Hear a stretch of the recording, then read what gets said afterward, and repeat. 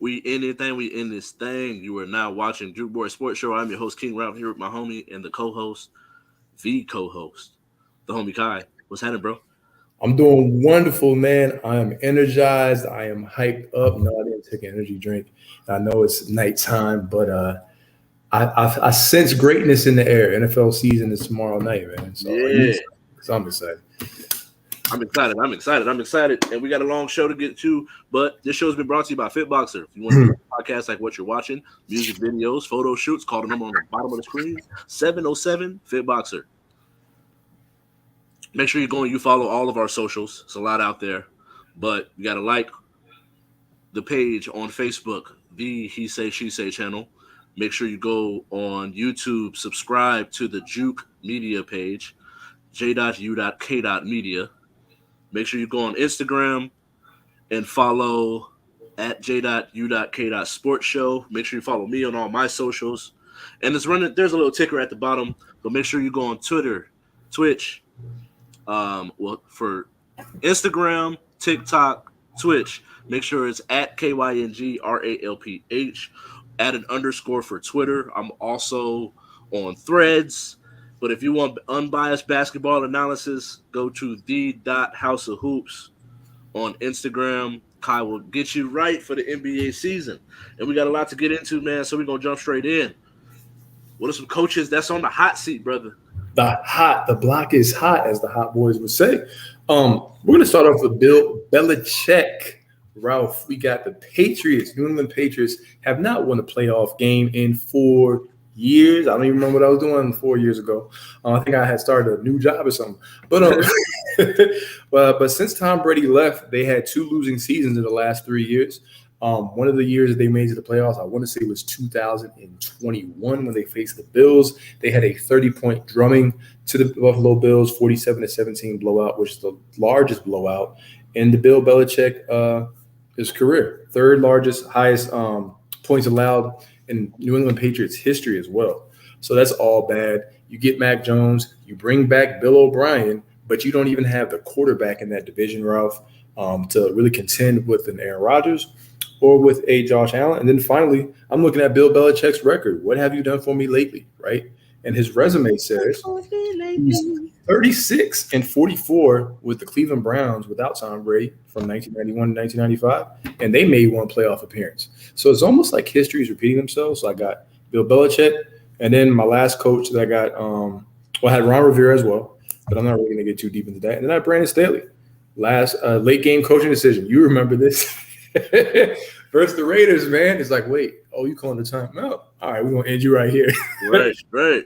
And the Chargers blew a 27-point lead in the playoffs versus the Jaguars last season. They have a newly paid quarterback, highest paid in Justin Herbert, new offensive coordinator in Kellen Moore. So it seems like the odd man out would be Staley if they don't progress. So those are my three coaches. Back to you, man. All right. Back to you on the field, Bob. So my coaches, I got Mike McCarthy, Dallas Cowboys. Now he's calling the plays. Got rid of Kellen Moore. The defense that they have and the weapons that they signed on offense, I just feel like at this point you got to produce something. I'm not saying get to a Super Bowl, but get past the second round or get at least past the first round. Have a good year. We'll get into division winners, but win a division, get to the second round. I feel like that's a good, solid season. You would like for them to get to an NFC Championship game, if not get to the Super Bowl. But I think he still has a job, even if he gets to at least the second round. Okay. But hot seat, you gotta give me something. Josh McDaniels, you gotta put something competent on the football field this year. You got rid of Carr. That was your scapegoat after your initial season. There was Devontae Adams, how that situation is being handled. He's not getting any younger, although he's the best wide receiver in the league. At the age that he's at some point, 31, 32, 33, you're going to have some type of slip off. So having the best wide receiver in the league with the weapons that they had, bringing in a Michael Mayer, Jacoby Myers, and putting him along with Renfro on the Mm. outside with bringing back a Josh Jacobs. Now you have a quarterback who knows your system and a Jimmy Garoppolo. Are you going to be able, is the defense good enough to at least hold afloat? Or can Jimmy Garoppolo run the offense in a way that he wasn't running the offense? And so for me, Josh McDaniels got to give me something. And my last but not least coach is, you brought him up before, so I'm not going to take too much time on him, but Bill Belichick, man. It's no Tom Brady. You built this team and then you're coaching them on the field. At some point, you got to produce something. Facts. And those are Facts. my coaches that are on the hot seat. I like it. Next up, we got players who are poised for a breakout season. I'm going to let you, I'll go first because you went first last time. I got one of your boys, Rashad Bateman, wide receiver for the Baltimore Ravens. We talked about how well of a polished receiver he was coming into the league. Now he has weapons on the outside along with him. That wide receiver room is deep, but I think that he has the talent to be a wide receiver one, based around even necessarily a high level wide receiver two. So I think people are going to be keying in on Zay Flowers and the speed that he has. Obviously, they're going to key to Mark Andrews, and now having Odell, I think it'll leave him in a position where he's going to get a lot of one-on-one opportunities, and he's going to get a chance to eat. And so I got him poised for a breakout offensive season. I can see him being 1,000-yard, 8 to 10 touchdown receiver this year. Okay. On defense, I got Jaquan Brisker, safety for the Bears. I think his versatility, being able to guard the slot, being able to guard tight ends, be a playmaker over the field over the middle of the field is something that the Bears defense needs. And while being able to shore up some of those tackles in the open field, I think he had like a 14.5 missed tackle rate or something along those lines. And so being able to shore up those tackles from year to year, you see the talent there. And I think that that is the strength of the defense, is their defensive back room and core. So those are my breakout players. Who you got? Okay. I like those, especially with D'Amico Ryans over in Houston. So my two breakout players on offense, I have wide receiver from the Pittsburgh Steelers, George Pickens. You're looking at someone who's 6'3", 200 pounds, and maybe even more. Large frame, huge catch radius. Was recently caused some stir in the media due to Ryan Clark's assessment of calling him more talented than Justin Jefferson, a receiver who's had more receiving yards in his first 3 seasons than I think in the NFL history. But George Pickens, he's the real deal. And so now we're just waiting for him to make that additional leap. I believe that him having the rapport with quarterback Kenny Pickett, the Pickens to Pickett duo is going to be something that is going to be dynamic. I actually heard Patrick Patterson on a podcast with a former defensive back on the Pittsburgh Steelers. I forgot his name, but he's on CBS Sports headquarters now. Shout out to him. He said he reminds him of DeAndre Hopkins due to his large catch radius and with a mixture of Chad Johnson's body structure being lean and awkward, but yet deceptive with his speed. So I listened to Patrick Patterson. I listened to Ryan Clark. I also have to see him twice a year, George Pickens, and he has spectacular catch ability too. Last season, 52 catches, 801 receiving yards, 4 touchdowns, and most importantly, the best ability, Ralph, is availability. He played all 17 games in 2022. So George Pickens is my offensive player poised to break out for 2023. On the defensive side of the ball, I have Christian Barrymore from Bama, defensive tackle for the Patriots. His rookie season, I believe he had like 51 pressures, and he was 9th amongst defensive linemen. And then he had the 5th highest pass rush win rate. Last year, he had, I believe, a knee injury, but he still ranked 6th in pass rush win rate, playing in that Bill Belichick defense. Remember, they used to have Vince Wilfork back in the day, guys.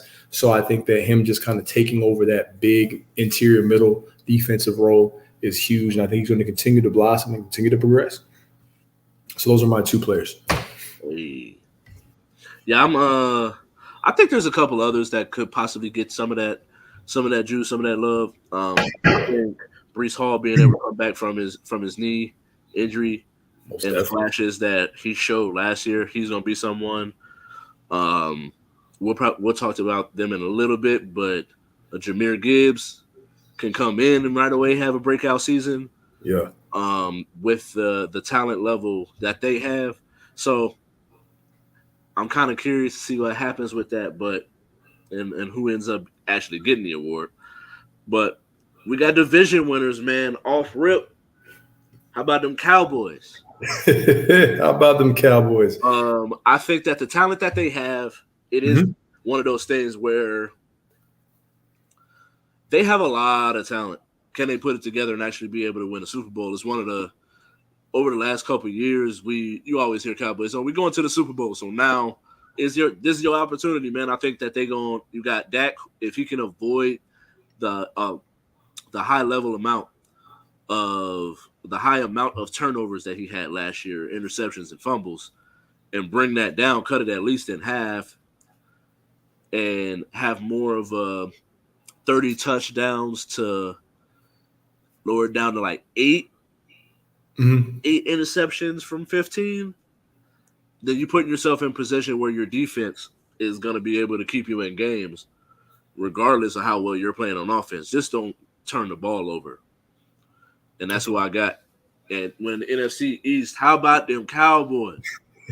Yeah, so I'm actually in agreement with you, Ralph. So we don't have a disagreement here. I believe the Dallas Cowboys will win. The last team to actually win back-to-back division titles, I think it was like a stretch of 3 or 4 in a row, was the Eagles, but I do know that they're a little bit older on that offensive line. They're a very talented team. They're depth, but they were relatively healthy last year as well.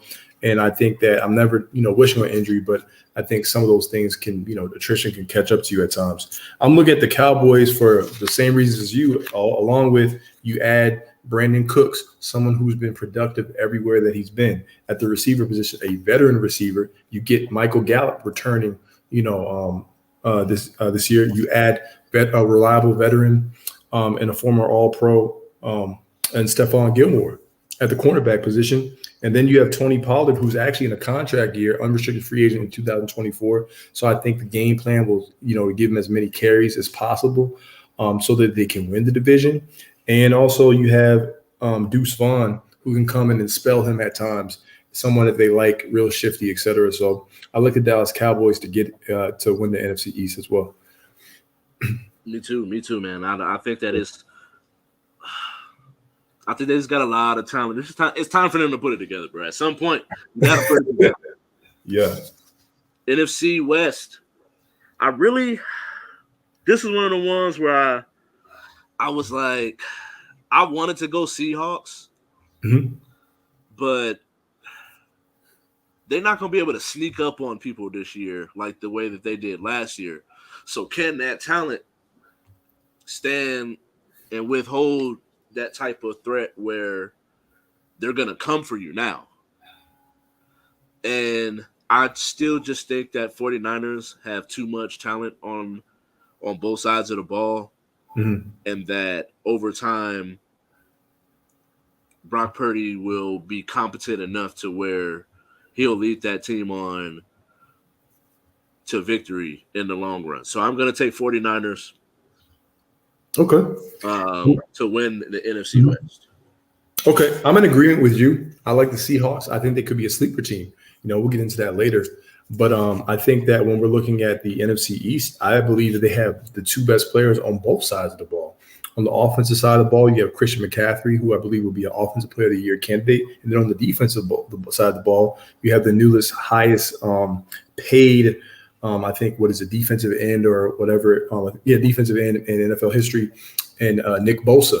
So once I heard that news, I'm like, well, Bosa's back, right?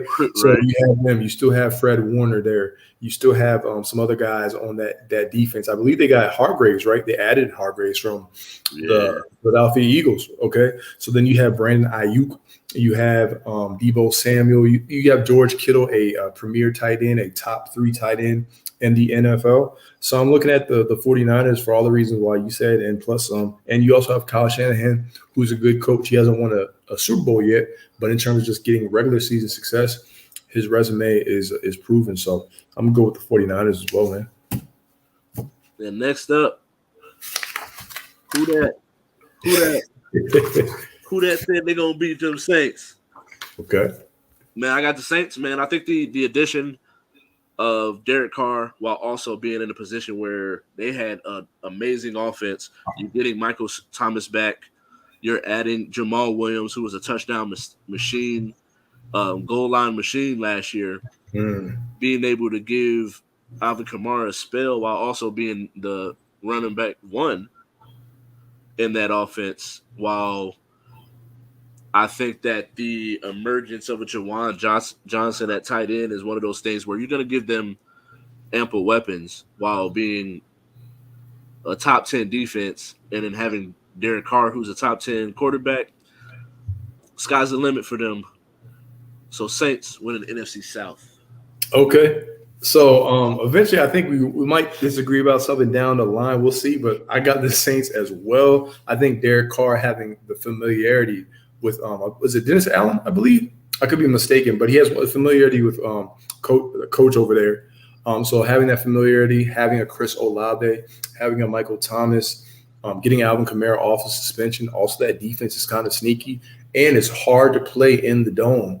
And if they're going to be putting up points in the team and they're going to win some games, then you're going to start to see that home field advantage reign supreme. And then you look at the landscape of the NFC South, Ralph, the quarterbacks, young quarterbacks, right? I believe C.J. Stroud is there. Yeah. Then you have in Carolina, and then finally Desmond Ridder, who I seen Desmond Ridder play, man. It's like one of those Stephen A. Smith things.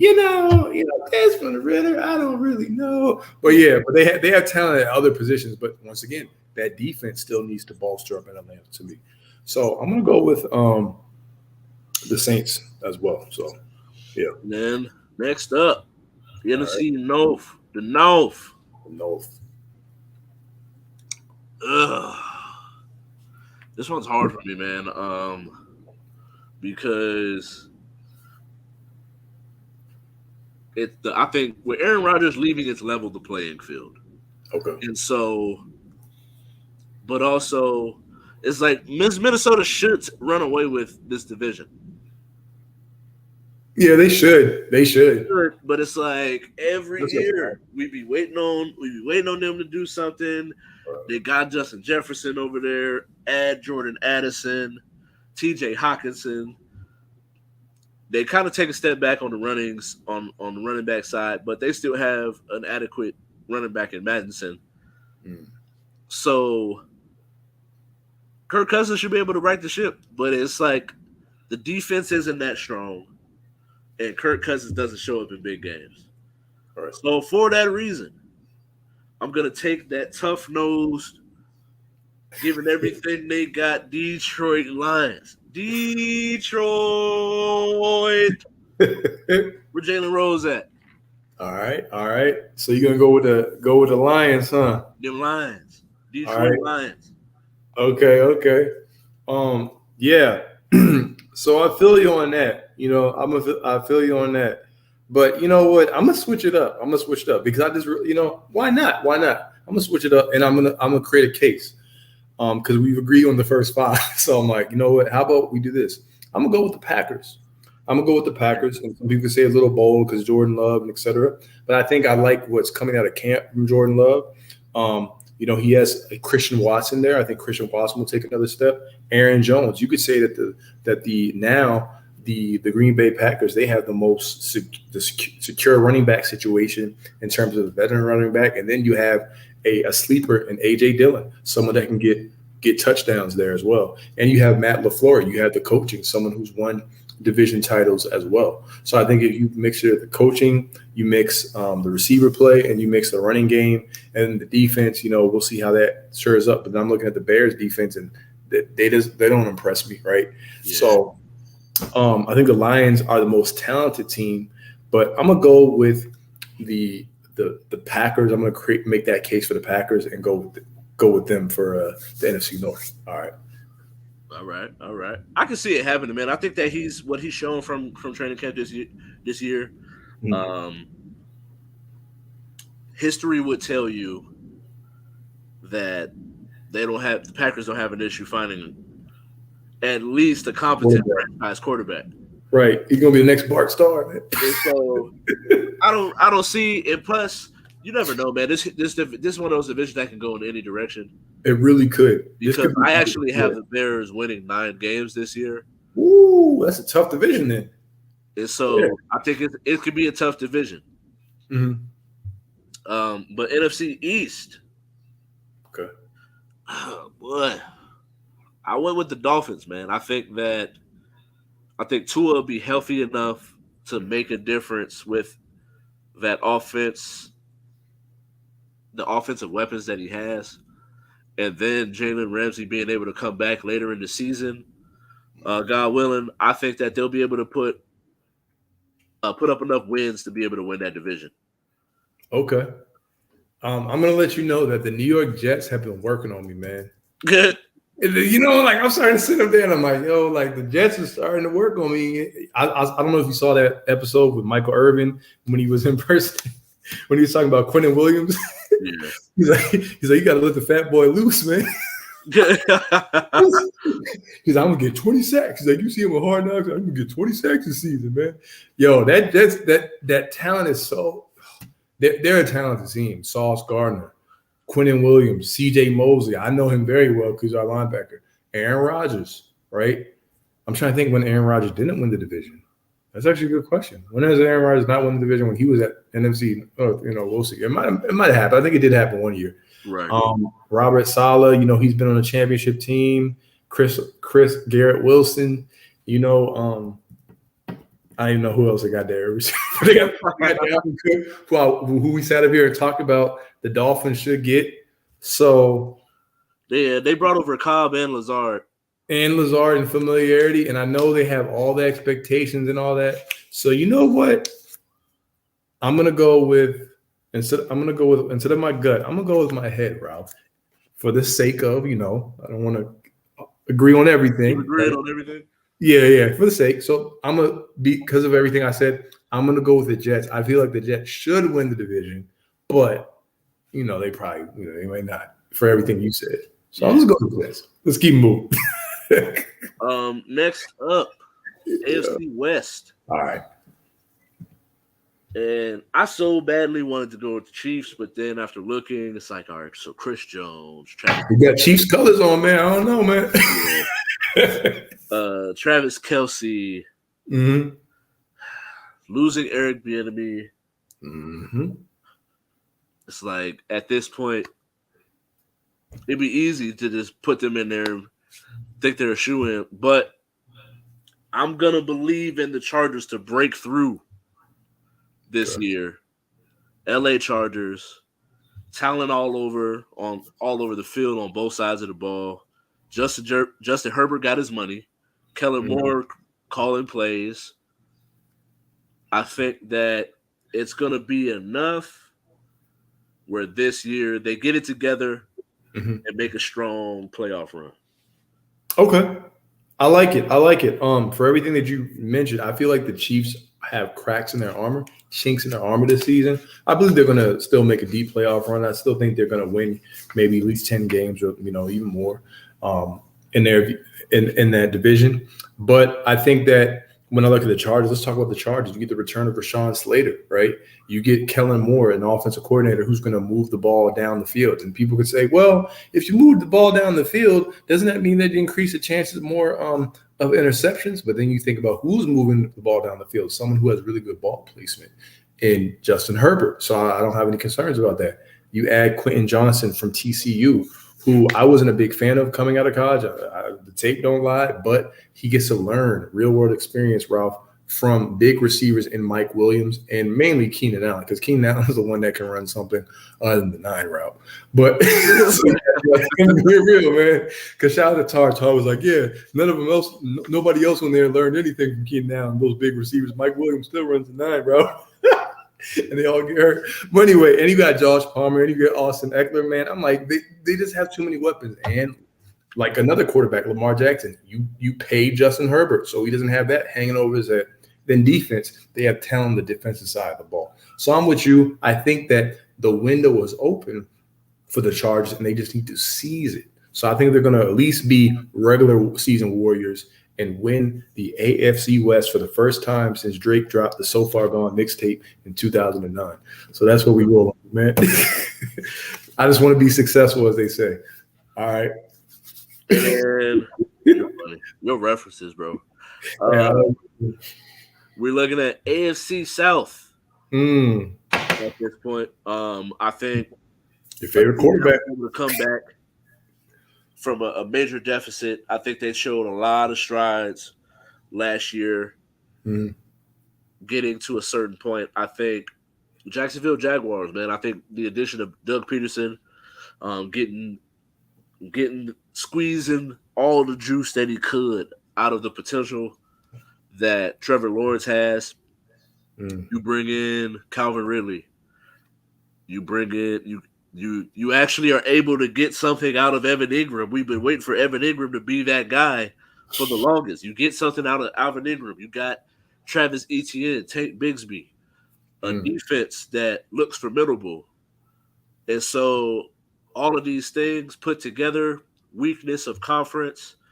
You got DeMeco Ryans, who I think is going to be a really good coach. I think eventually he'll get the Texans to be running for that division, but I just don't see it this year. CJ Stroud being a rookie, Will Anderson being a rookie, can he help Derek Stingley reach that potential that he had coming in as a rookie? I just don't see it right now. Anthony Richardson and the Colts, I just don't believe in him as the quarterback of the future, especially like this season. They just threw him out there, bro. Right, throw him to the wolves. He'll be all right. Yep. And then the Tennessee Titans, man, until they make a quarterback change, I got to show me. So AFC South, going to them Jags. Duval. All right. So my AFC South division winner is not just another guy, as they used to call the Jags. It's the Jags, led by none other than Sunshine himself from Remember the Titans. Sunshine. Trevor Lawrence, man. That division is a piece of cake for me. You know, they say don't count your chickens before they hatch, but I think they're going to win that division handedly because you have 2 rookie quarterbacks in the division. You have one who is coming off a college career where he didn't really have that much going for him in the college ranks, let's be real. And then you have a disgruntled running back in Jonathan Taylor, so he doesn't have a safety valve. And he has Michael Pittman, and everyone's going to key in on Michael Pittman. Talented receiver, but who else do you have, right? Right. So I look at that. I think defensively is where the talent lies in Houston with Will Anderson, with Derek Stingley. But once again, Derek Stingley, he has to stay healthy. He had injury issues like his last year or so at LSU. So he has to stay healthy. So I think despite having the best quarterback, the best coach, in my opinion, in Doug Peterson, getting Calvin Ridley, someone who shout out to your boy Devontae Adams, was on, I believe it was the I Am Athlete show, and he talked about Calvin Ridley and watching film. He's like, I watched the tape. He's like, Calvin Ridley is like that dude, right? So he's one of his top receivers in the league, even coming off a year or 2 year layoff. Yeah. So I think having him, Travis Etienne in the backfield, right? Tank Dell. I think it's Tank Dell. Yeah. So I think we just have a lot of Houston. Tank Bigsby is in Jacksonville. Okay. Good. Shout out to that because I'm too many tanks, man. Too many tanks. Someone needs a nickname, bro. Somebody. Be original, guys. Right, TB30 or something. I don't know. That's what you can call it. I'm looking around. They just have playmakers at all levels. So I'm gonna go with what did I say? The Jaguars. The Jaguars. All right. Let's keep Going up moving. north, we're going to the north in AFC, man. Who you got? The North, I have the return of the king of the North, Lamar Jackson in the Baltimore Ravens. The reason why I have the Baltimore Ravens is not because I'm a fan of the Baltimore Ravens. We've stressed that more than enough times with the show since the inception of the show, right? But the Baltimore Ravens, Lamar Jackson got his money, got his money. He no longer is playing with the weight of the world and the weight of the contract on the shoulders. They brought in Todd Monken, offensive coordinator from Georgia, who won 2 back-to-back national titles at the collegiate level, also has NFL experience on Tampa Bay and Cleveland Browns, and he has a rapport with Odell Beckham Jr., who they also paid $18 million, a premium to get. They draft a first-round receiver, Ralph, and Zay Flowers, who I believe is the best receiver in the draft, creates space, hasn't been able to be guarded in preseason. Defensively, something that people don't talk about. They only allowed like 14 points per game in the second half of the season once they got Roquan Smith. Kyle Hamilton is there. The return of Marcus Williams, right? You get David Ajabo. We're going to see what we're going to get out of him. And Bowser's back. So I think defensively, they're very, very underrated. And I just think that the receiving core is really deep. Isaiah Likely. You have Isaiah Likely. You have Devin Duvernay as like your 5th receiver. Tylan Wallace is healthy finally. So no one's really seen him on the NFL because he hasn't been healthy. He's healthy. So I'm looking at everywhere they're just deep. I think it's going to be a tough division, though. And we can get into that, like, I guess, some other date because it'll be too long-winded. But I like the Ravens to win a tough division. 3 teams are going to come out of there, but that's my division winner. All right. I agree, man. I think that all of the obviously the Bengals can win with that offensive firepower that they have. Good young talent on defense. They have a middle of the pack defense, but when you have a top 3 offense like Joe Mixon, that 3-headed monster in that wide receiver room, and Joe Burrow, if they could keep him clean and healthy, the sky's the limit. And then Mike Tomlin's always going to have them boys ready. He going to get a winning year. Can Kenny Pickett and George Pickens connect enough to make a difference offensively, while also can Najee Harris get back to form? Mm-hmm. They got some offensive line help during the offseason and through the draft. So that division could go in either way, and Deshaun Watson has been talking lately about how he's back to form. So that's going to be a tough division, but I got Baltimore pulling it out, man. All right. I like it. Next up, Offensive Rookie of the Year. Go crazy. All right. So the last 2 Offensive Rookie of the Years were receivers. It was Garrett Wilson and I forgot the other one. But it was receivers, right? One of those, and then if you go back further, one of those Offensive Rookie of the Years back in 2014, right? My age, Odell Beckham, and he is the mentor of someone who I think is going to be in the running, Zay Flowers, right? But I'm looking at it. I just think the Ravens have a lot of depth. I think Zay's actually going to do really well. Draft him in fantasy. I think he's going to do well. But the more I think about it, Ralph, I'm going to go with the pattern. I think it's going to be running back this year. A year that everyone's talking about how the running back is expendable, the running back is disrespected. No one cares about the running back. We don't need a running back. I think the Lions think differently. I'm going to go with Jahmyr Gibbs. I think that Jameson Williamson not being there for the first 6 games, you have him on Ross St. Brown. I think that's not going to change the connection. So that's only going to create less stacked boxes. But he wants to have 1,500 yards, I think, receiving or no rushing, and like 1,000 yards. It's 1,500 yards total. He said 1,000 yards, 1,000 yards rushing, 500 yards receiving. Okay, cool. I'm about to say he's coming and doing McCaffrey numbers. Like, hold on now. But yeah. So I'm looking at it and I'm like, you know what? I like the Lions, and I think that if everything holds true to what you said, Rob, about them winning the division, they'll have the exposure. And I'm gonna go with Jahmyr Gibbs. I just think opportunity. I think he's gonna get the opportunity, and I think you have a guy that you like. So I'm gonna pass it to you. I'm gonna stay running back, man. I think that the Bijan Robinson, he's gonna get an opportunity to prove my comparison of a LaDainian Tomlinson in this new day and age, where Yeah, they already had a 1,000-yard runner, so he'll be able to split carries with him to stay fresh. But in training camp, I know it's training camp. People are running with shorts and t-shirts, but at a certain point, what he's been able to do, the way he's been eating up these linebackers in one-on-one um, slot work, even going up against other teams, Yep. linebackers, he's been destroying them. So I think his ability to affect both the pass offense, being a three down back, and potential, I got him going. I got him around those numbers. I think he has an opportunity to get about 12 and be close to 2,000 yards of total offense. Yes. Yes. And that's for me where I got him, why I have him at that rookie, offensive rookie of the year. Okay. Defensive rookie of the year, I got Jalen Carter, Philadelphia Eagles. I think his versatility, being able to be a pass rusher on the outside, be a pass rusher up the middle, be able to good hands, good technique to play the run as well, looking so polished with a chip on your shoulder. I think that he's definitely going to prove dividends. I had Will Anderson at one point, Mm-hmm. but I just felt like who else is going to help him on the That line? line. Mm-hmm.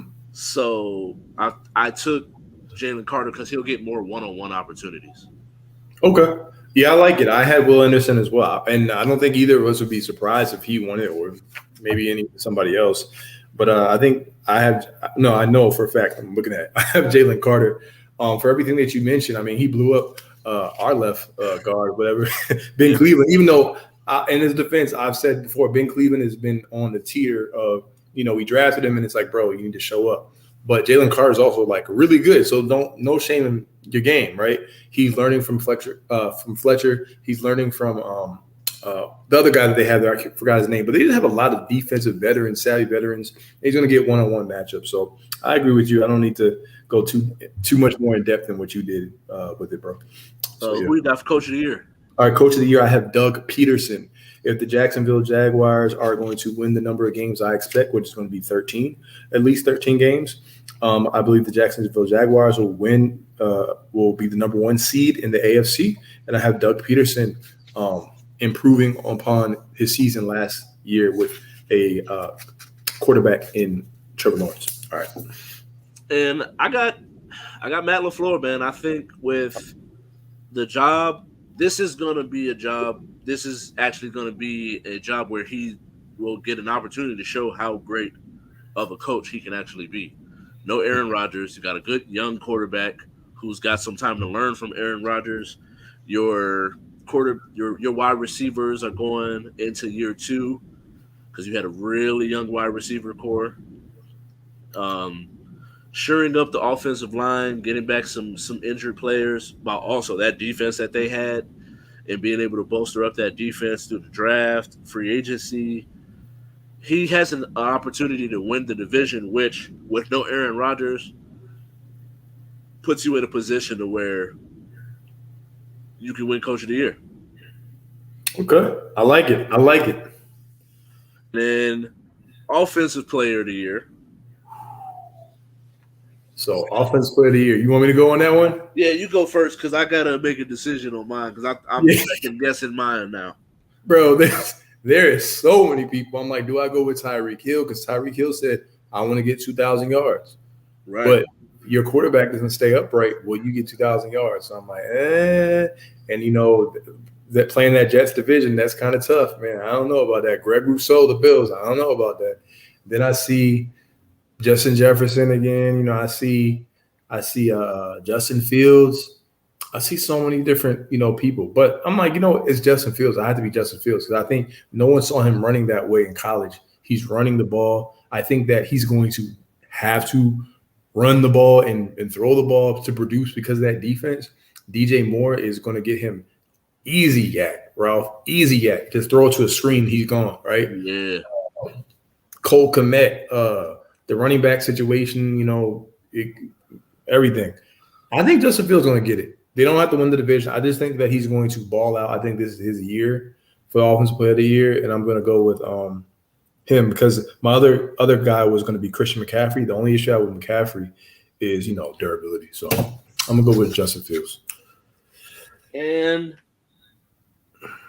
for me, I like C-Mac, but I'm gonna go Garrett Wilson, man. Ooh, okay. Garrett Wilson. I think that what he was able to do last year, being a 1,000-yard receiver with whoever was the quarterback, the ability to have a trust of an Aaron Rodgers. We've seen what Aaron Rodgers can do when you have his trust. He'll pretty much force feed you the rock, while also being someone who he came in the league top 20 receiver. So now can he start to make that ascension at 22 years old? I believe he can. Getting a quarterback, having weapons on the outside, being able to learn from a Lazard and Aaron Rodgers, and having a good running core is going to open up things to where if he can get to 15, that'll put him in a position where he can run for Offensive Player of the Year. I like it, yeah, because the connection between a quarterback and a receiver is the most important. Right. All right. Next up, Defensive Player of the Year. Oh, so we're in agreement with this one.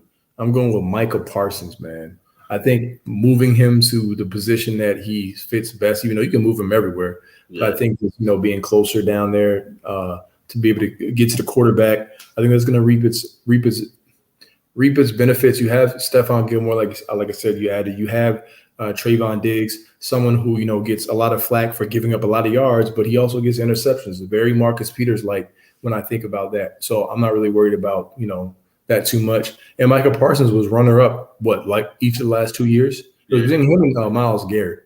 So and the Browns have a nice little line there as well. But I think that Micah Parsons is the guy who's going to be the face. And if the Cowboys are going to win the division, they're going to do it behind, in my opinion. It's going to be a collective effort, but I think the defense is going to have to lead the way. And if they want to make a deep run in the postseason, the defense has to lead the way. So I think Micah Parsons being the leader of that defense and producing this year, I have Micah Parsons winning the Defensive Player of the Year. And I do too. I agree with you 100% on that. I think that it's time. I think he has the experience to match with the talent level. And if that defense is highly ranked and the team itself progresses the way that I think that they could and should, it'll be an easy case for him to be as long as he's anywhere from 15 to 20 sacks, the versatility that he shows, I have him being, and I'm not going to spend too much time on it, I have him being Defensive Player of the Year as well. And for MVP, I am in agreement with SB Nation and who they have as the favorite to win the MVP. But I'm going with Trevor Lawrence, man. Sunshine. I think what he was able to do last year, 30 touchdowns, 4 interceptions, and his numbers were very comparable to Jalen Hurts, although Jalen Hurts did miss 2 games. But being in the second season where we questioned him whether or not he was a bust or not, now he has a playoff victory, a comeback victory against a quality Chargers team up against another young gun quarterback who has as much hype as you. People feel like is more talented than you, but you running Dougie P's offense, who is a Super Bowl winning head coach. You have a quality team around you, offensive weapons galore, and a quality defense. You're going to be able to be up in the win column a lot. I think being able to get to another level, and Dougie P just recently came out and said that Trevor Lawrence, his leadership is to the comparison of a Tom Brady, a Aaron Rodgers. So I think him being able to take that step to the next level, his mobility is a factor as well. He'll be able to get you to an MVP, and I believe he will be the MVP this year. Okay, and so I'm not going to harp on it too long, but everything that you just said is the exact reason why I have Trevor Lawrence as my MVP. He has the weapons around him. He has the division advantage. I think he has the coach advantage. And I look at process of elimination, Mahomes and losing things going on, voters fatigue. I'm looking at Justin Herbert and, potentially the team, how that's going to be. I'm looking at Lamar having won it already, but I think Lamar is going to be in the race. And, Jalen Hurts in that tough schedule, even though I believe that tough times make tough people. And I don't have any qualms with Jalen Hurts, but I think Trevor Lawrence is that perfect new face. So I'm going to go with Trevor Lawrence. And next up, last one before we get to our quick hitters. 2023 Super Bowl prediction. Personally, for me, I got Saints and Ravens. I think that the Saints, with everything that I mentioned before, you have a top 10 quarterback, weapons galore. Barring health, you have a top 10 defense, you have a top 10 offense. That should put you in a position to where you should be in the Super Bowl contention. And I think that Derek Carr is going to shock a lot of people because he's been looked at as this middle of the pack, whatever quarterback. But I just think a lot of it is based on a team thing instead of looking at the individual. And then for all of those reasons, Lamar getting a new coordinator, more weapons, paid. He's been heard. Now it's time for you to produce top 10 defense, top 10 offense, maybe even be a top 5 defense, top 5 offense. And that's the Super Bowl.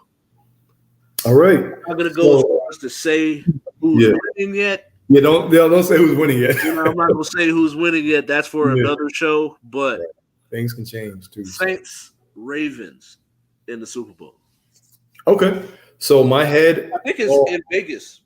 Yeah, it's in Vegas. I was talking to the homies. Derek Carr wins a Super Bowl in Vegas, bro. Hey, if somehow we get entries to the Super Bowl, bro, that's a once in a lifetime moment. It's in our backyard, bro. You know what I'm saying? Oh God. Yeah. So my head all offseason, Ralph, real quick, has been saying all offseason, but Eagles and Ravens, Eagles, Ravens. I'll tell you when it started. It was a draft. I saw we got Todd Monken, right? And then all of a sudden the Eagles, who were drafting before us, we drafted before them, but either way, they kept getting Georgia defensive linemen.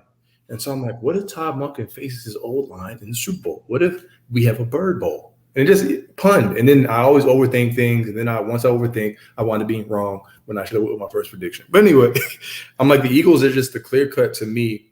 On paper, they're the best team in the NFC. And I was like, you know what? I think they have the leader that would allow them to get back and the talent allow them to get back and the coach. But they did lose some coaching, I think, in the coordinator positions.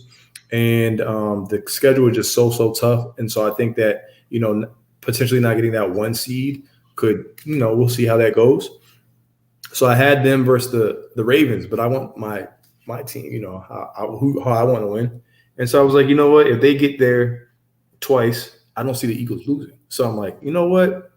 The team that I had them playing in the NFC Championship game is going to have home field advantage. And that's the same team that you happen to have. It's the New Orleans Saints. So we actually agree. We have the New Orleans Saints and Derek Carr, who I felt has been disrespected, coming back to Vegas. Ooh, boy, I think he will feel some type of way about that, not you. Right. And I think Lamar Jackson and just them doing everything right in the offseason, even firing Steve Saunders, who hopefully will see that payoff in injury. So I'm going to go with those two, and I'm not going to tell you who's winning. All right. Yeah. And so we got our quick hitters, man. I'm going to lead off. It was a big topic over the weekend. Coach Prime was able to lead Colorado and them boys. Shador setting records. Travis Hunter doing some stuff that we ain't never seen. Both sides of the ball. On both sides of the ball. How many wins, realistically, do you expect from Colorado? Realistically, I'm going to say that they're going to get 7 wins at least. At least. How many do you need for a bowl game? 8 or do you need around that 7, 8 sometimes? Yeah. I think they could get a bowl game because I just think he's that much significantly better than the coach that they had before. I also think that when you have a whole scale change of a team talent wise, like literally the whole roster almost like is different. You have the quarterback and you have the former number 1 recruit in the nation on your team. I think they can win at least 7 games. What if they won more, Ralph? But like I said, let's see what they do against Nebraska. I know you said they're going to win, but it's going to be a challenge for them though, because it's going to be a challenge. They've always said, and if you know anything about Nebraska, they got some big corn-fed defensive and offensive linemen. Right. And this is a game where the trenches is really going to decide it. Now, I think on the outside, even given new talent, is going to put them at a position to where they're just going to have better talent on the outside and the skill positions. But the trenches is really where the game is going to be won. And so for me, I got them at about 8, 9. I can see as high as 10. Okay. Because if you look at the games where the games that they should have some type of trouble, or even just going through their schedule, they got a marquee matchup. I think like 6 or something. I think they got. They should have Nebraska, then Colorado State, then they have Oregon, and then the week after that they should have Williams. That's when they get USC. Bo Nix and Caleb Williams back to back. So I think the caliber of quarterback that they're going to go up against. That's a battery in Shador's back after the game that he just had this week. So you go prime is a prime motivator too. Hey, that's a bar right there. Like Shador. Look at who they had as the greatest college quarterback. You can go up against him. Oregon. Look at what the Oregon has, and they're ranked 15. You can go up against him. You win those two or have a game where you're not the reason we lost and you're the reason that we were even in the game, that puts you in a Heisman position, which is one of the reasons for him moving. Right. And so I realistically got them going 9. I had that when I was looking, I can see them going as high as 10-3, but I have them losing to Oregon, beating USC, losing to Oregon State, and Utah. Well, if you have them beating USC, then I believe the Heisman Trophy will lie in Colorado. But we'll get to that next because that's actually a perfect segue, I think. Right? Yeah. Who is your Heisman favorite? So right now, my Heisman favorite, I'm going with the defensive and the offensive side of the ball. So that means I get to pick one player. Normally you would say, wait, what do you mean defensive offensive side of the ball? You picking 2 players? No, I'm picking 1 player. But no, I think I don't even like saying favorite, Ralph, because of the game. Yeah. It's like 1A, 1B. But I'm just saying off of positional versatility, I'm going Travis Hunter because that stop that he got was a key stop. Yep. And that interception, I remember watching the game. Also, the stamina that he had to play he played 119 snaps or something like that. Yeah. Had 119 yards receiving. Crazy. And then didn't allow a touchdown and had a pick. Woo. But then Shador completed 81% of his passes, over 500 something yards, 510 yards. And he broke a record that was stood for 130 years. Now, some people say, well, Colorado, they're a bad football team. Colorado also has was a historically good team at one point. It has a national championship. Right, exactly. So it's not like people don't talk about it. Right. It's not like you open a record book and it's blank. It's like there's no pages. No. Right. You know what I'm saying? So they have a Heisman winner. Yeah, so I have them 1A, 1B. So you can flip-flop them any way you want. And then Caleb Williams is 3. Now you'd be like, what do you mean Caleb Williams is 3? Because I'm looking at talent. They didn't play TCU, and Caleb Williams' ball placement was amazing. But Zachariah Branch, and I want to see that matchup. Hunter versus Branch, Shador versus Williams. So I don't know. You could have it reversed or other names in there. I'm curious who you have, man. I have those 3 names too. Okay. Sorry to be a prisoner of the moment, but from what I saw, you got Caleb Williams putting up video game numbers. You got Travis Hunter doing some stuff we've only seen in a video game. Right.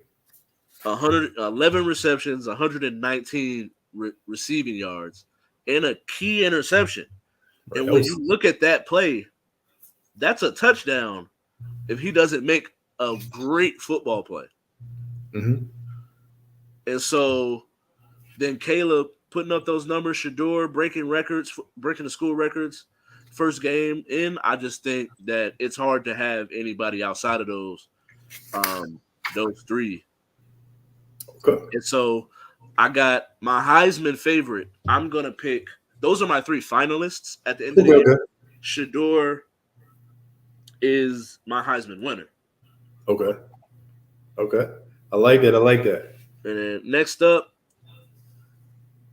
we got who is your sleeper team this year, this NFL season? All right. So my sleeper team is actually the same as the team I have in the Super Bowl. Like, well, yeah, it's the Saints. Why? Because last time I checked, me and Ralph are actually the only people that I know that are actually talking about the Saints. I'm telling you, I don't see no coverage on channel TVs or whatever, or YouTube things. I'm watching stuff on YouTube that I've been watching. I don't see it on Speak. I don't see it on First Take. I don't see it on these shows. No one talks about it. Even Chris Collinsworth was like, well, Derek Carr, well, on the Rich Eisen show. Like, it's the Saints. It's more than just one person also. Like, it's a whole team. So I got the Saints because I have yet to hear anyone say that they're going to the Super Bowl. My other honorable mention was the Seahawks. So who do you got, man? I got the Saints too, but for the sake of argument, I'm going to go Jacksonville Jaguars, man. I like that. I think that for Trevor Lawrence, there's another level to his game that can be unlocked, which can be unlocked when you have a legit number one receiver. Not to say that those guys were slouches over there, but there's a certain level of talent at the wide receiver one position that he's a legit guy. Okay. At the end of the day, Calvin really has the talent to be a top 10 wide receiver. Yeah. Just stay out of trouble and stay on the football field.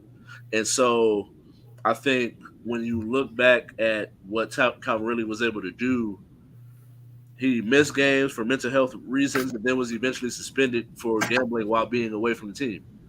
And so you bring someone back who has been out of the league for almost two years, a year and a half, to be exact, but also putting the weapons that he has around that team with great coaching. I think that they can go far. I got them winning 12 to 13 games this year, especially in that division. They can definitely go undefeated. Right. And so next up, we got our last one bold prediction for the NFL season. So bold means it doesn't have to be outlandish, but it's possible. It could happen. Yeah. It could happen, like the dude from Angels and Outfield. Hey, it could happen. After that inspiring speech by the Arizona Cardinals head coach, the head coach inspired the team to want to quit and lose every game. The Arizona Cardinals will go 0-17 this NFL season. Ralph, did you know only 5 teams in NFL history have gone winless? And most recently, it was the Cleveland Browns. And I want to say 2017, right? So the Arizona Cardinals are going to break that record because there's more games to be played now. And they're going to go 0-17. They won't win a game. Kyler Murray will be playing in the minor leagues next season. So I have the Arizona Cardinals going 0-17 and winless. Winless? Yeah, I really don't think – and it's a bold prediction, but I kind of believe it. So I don't think they're going to win the game, bro. It's tough to win the game. Bold prediction. Bro, I think people are going to ask for trades. I think a lot of things are going to happen. Contract restructures. Bold prediction. Mm-hmm. Yeah. So I went with the team that I think is going to be bad. You know what? After thinking about it, the Chicago Bears will win the division. I like that. Ooh, I can see it's possible. It's possible. The Chicago Bears will win the division. I think Justin Fields being able to take his game to another level, the weapons.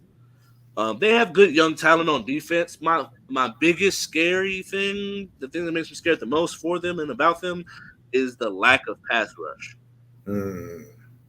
But if the defensive backs That DB core can make some plays, create turnovers, i.e. Peanut Tillman.